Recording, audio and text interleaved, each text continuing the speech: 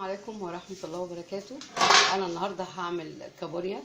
طبعا الكابوريا اهي في الحلة زي ما انتم شايفين، انا حطاها على النار، بس هساعدها بشوية مية سخنة مسخناها في الكاتل اهي، حبة صغيرة خالص. بصوا سخنة المية ازاي، مش هكتر عليها. وهنا قدامنا معانا ملح وقرفة وشوية كمون، لان ما بيقعدش اكتر من كده. الكابوريا هنحطها اهي وهنسيبها على النار، مش هنكتر الميه، لان لو حطينا ميه كتير الميه بتبقى بتاخد الكابوريا بتلاقيها بتنقط ميه، لان هي كده كده مليانه ميه.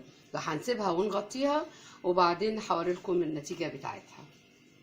طبعا الكابوريا اهي لسه فاضل لها ثواني وتخلص. بصوا لونها احمر ازاي، جميله جدا. فاضل لها سنه كده ونقفل عليها دلوقتي.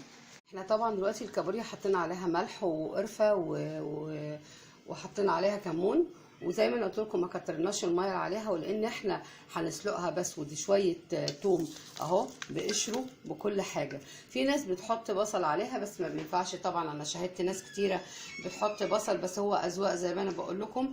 البصل لما تبقى مثلا عايزه تعملي شوربه سي فود، لكن هي دي انا سلقاها بالشكل ده علشان مش هحتاج الشوربه بتاعتها. ف هسيبها. هتسالوني ليه حطيت التومه بحالها، زي ما انا قلت لكم ان انا مش محتاجه ان انا هحطها في شوربه سي فود، لكن انا زي ما انتم شايفين دي هاخد الكابوريا بحالها وهحطها في ان شاء الله بعد ما هتخلص هوريكم النتيجه بتاعتها. كده الكابوريا اهي خلاص كده استوت، وهبدا بقى احطها في طبق التقديم. زي ما انتم شايفين بصوا لونها احمر وبقت جميله جدا. حالا هقدمها واوريها لكم في اثناء التقديم.